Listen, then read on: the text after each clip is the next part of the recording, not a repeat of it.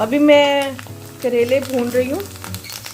मैंने आज बिस्मिल्लाहिर्रहमानिर्रहीम, अस्सलाम वालेकुम जी। क्या हाल चाल हैं जी? तुहाडे सारे दे ठीक ठाक हो। और मैं अभी आप देख रहे हैं मोटरवे का सफ़र है और मैं यहाँ पे जा रही थी जी पिंड दादन खान जेलम वाली साइड पे। और कोई इतना मुश्किल सफ़र था ना। मोटरवे जहाँ तक है वहाँ तो दी बेस्ट है, मतलब वहाँ तक का सफ़र तो अच्छा है, लेकिन आगे का इतनी ख़राब सड़क कि मैं यकीन करें कि मैं पूरे रास्ते में, मतलब यहाँ से उतर के पूरे रास्ते में कोई 20 बार पछताई हूँ कि मैं क्यों गई।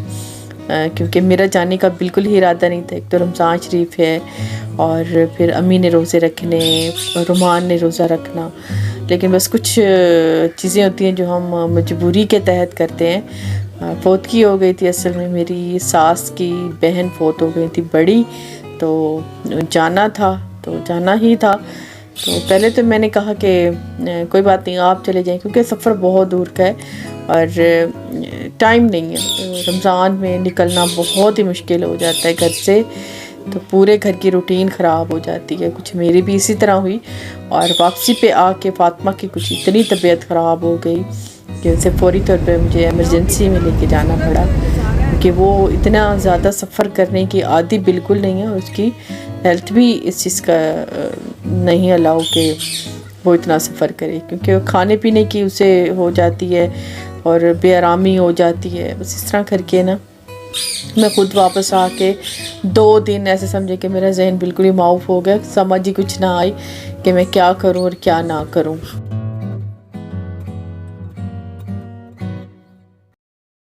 आज का रोज़ा भी हमारा मोटरवे पे ही खुला, बल्कि मोटरवे से उतर के ही खुला था।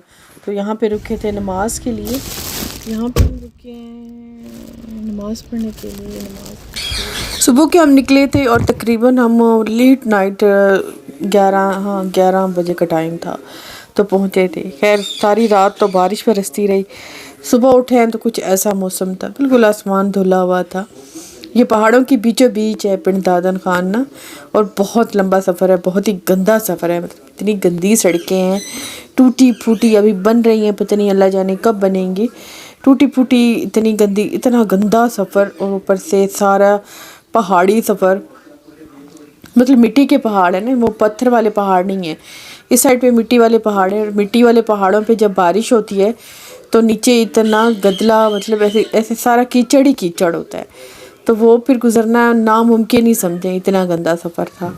तो सुबह का टाइम तो खैर उजला था। अभी थोड़ी ही देर बारिश थमी थी तो हम यहाँ से निकल पड़े थे, क्योंकि यहाँ पे पूरी फैमिली रहती है, मतलब थोड़े थोड़े फासले पे रहती है। मतलब 1 घंटे के सफ़र पे कुछ और लोग रहते हैं, दूसरे पे फिर कुछ इस तरह से। फिर जब गए थे तो मेरे हस्बैंड ने बोला कि हम सबके घर में थोड़ी थोड़ी देर के लिए चले जाते हैं। तो ये है कि हम चलो रात में निकल जाएंगे या सुबह हम सहरी करके निकल जाएंगे। तो इतना कुछ करने में ही हमें इतना टाइम लग गया। तो अभी यहाँ पे देखें सारे पहाड़ गीले थे और नीचे सारा कीचड़ ही कीचड़ था।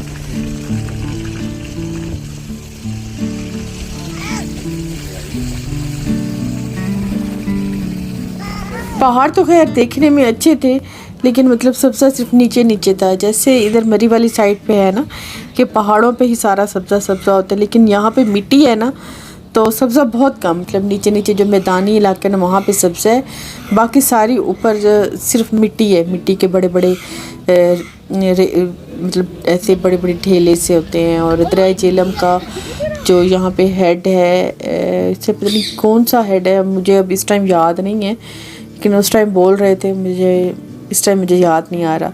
जो पिंड दादन खान के हैं, जो इस इलाके के हैं, उन्हें खैर याद होगा। तो वहाँ पे हम पहुँचे हैं, ये दरिया जेलम के पास ही है मेरे ख्याल में।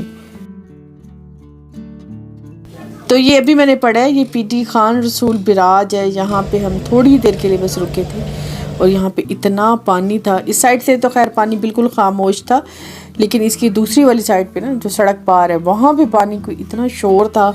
और पानी जहाँ पे तेज़ी से गुजरता है वहाँ पे बड़ा ही डर लगता है, तो बंदा दूर ही खड़ा होना लगता है बस अभी गिरा है इसमें। तो बस अब हम यहाँ पे बस थोड़ी देर के लिए रुके थे और आगे हमें जाना था।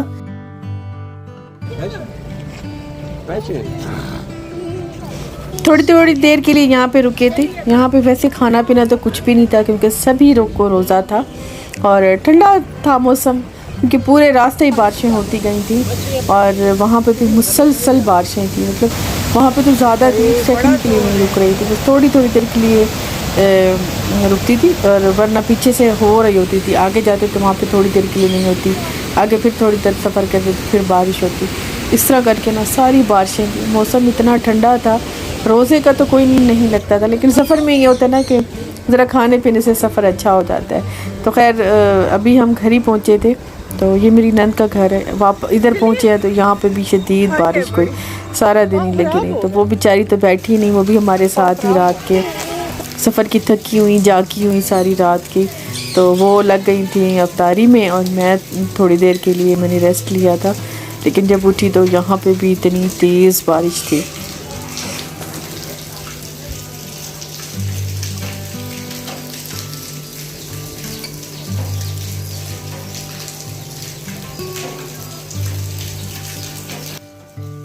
दिन फौतगी की इत्तला आई थी, मैं अफ्तारी की ही तैयारी कर रही थी और मैं उस दिन पिज़्ज़ा बनाने का सोच रही थी।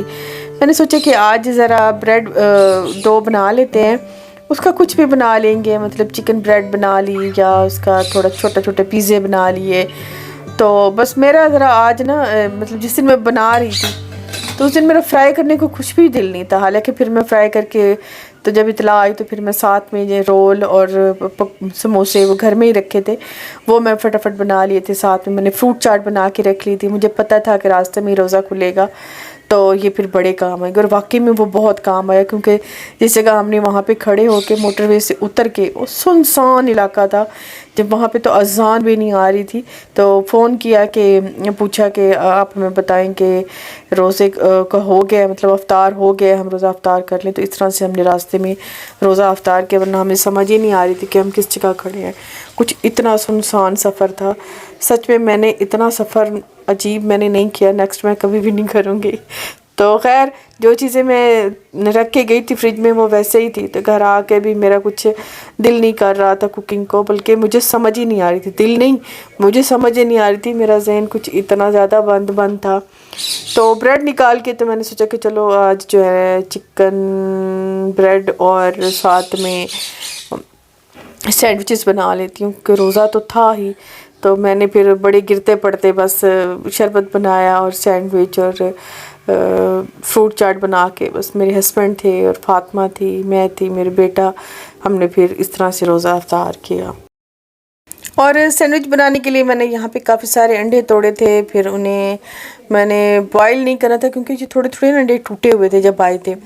तो फिर मैंने सोचा कि इनको तोड़ के तो इनके सैंडविचेस ही बना लेती हूँ हल्के से घी में फ्राई करके। तो बस मैंने उन्हें इस तरह से स्क्रम्बल कर लिया था। साथ में मैंने थोड़ा सा मायो डाला है और थोड़ा सा मैंने इसमें केचप डाला है, काली मिर्चें, नमक और थोड़ा सा गार्लिक मायो डाला है। और इस तरह करके इसको थोड़ा सा बना लिया है बैटर। और अभी मैंने ब्रेड वो भी सेक ली थी, क्योंकि सेकी हुई ब्रेड पे ना ज़रा सैंडविचेस अच्छे बनते हैं बनिस्बत उसके। तो बस मैंने पहले इसमें लगा लिया था केचप और उसके बाद मैंने इसको बना लिया था।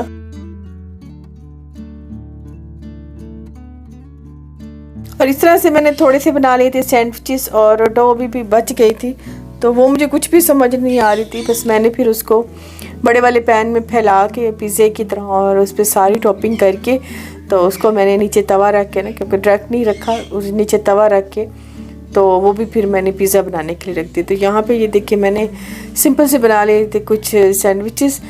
चलो मैंने सोचा चलो अफ्तार तो कर ही लें, लेकिन बाहर का बिल्कुल भी खाने को दिल नहीं था और हिम्मत भी नहीं थी। मेरे हस्बैंड ने तो बोला था कि चलो अफ्तारी बाहर ही किसी होटल में कर लेते हैं, लेकिन मेरी बिल्कुल हिम्मत नहीं थी। और दूसरा अफ्तारी में मुझसे बाहर का ना बिल्कुल ही नहीं खाया जाता, बिल्कुल ही नहीं खाया जाता। वो लगता है कि बस मैंने एक ही चीज़ खाई है, मेरा पेट भर गया है और मैंने सोचा कि चलो जाऊंगी भी सही, सारे पैसे भी ज़ाया होंगे, खाऊंगी तो मैं कुछ भी नहीं। घर तो फिर ये है कि थोड़े थोड़े वक्फे से हम खा लेते हैं।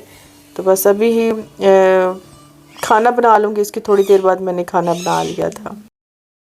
खाने में मैंने फिर मटन निकाल के उसको मैंने रख दिया था बनने के लिए, तो ये खुद ब खुद ही बनता रहेगा। यहाँ पे मैंने मटन के लिए करेले गोश्त बनाया, यहाँ पे यखनी चढ़ाई थी जिसके लिए मैंने बना लिए थे चावल।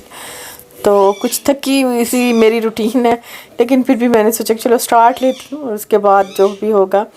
तो फिर वीडियो ये है कि थोड़ा सा स्टार्ट ले लें तो फिर वीडियो का स्टार्ट हो जाता है। अदरवाइज़ में अगर कुछ दिनों बाद आए ना तो समझ ही नहीं आती कि कहाँ से वीडियो स्टार्ट करें और कहाँ पे एंड करें। इंशाल्लाह जो नेक्स्ट में जल्दी मिलेंगे। अल्लाह हाफिज़ जी, बाय बाय।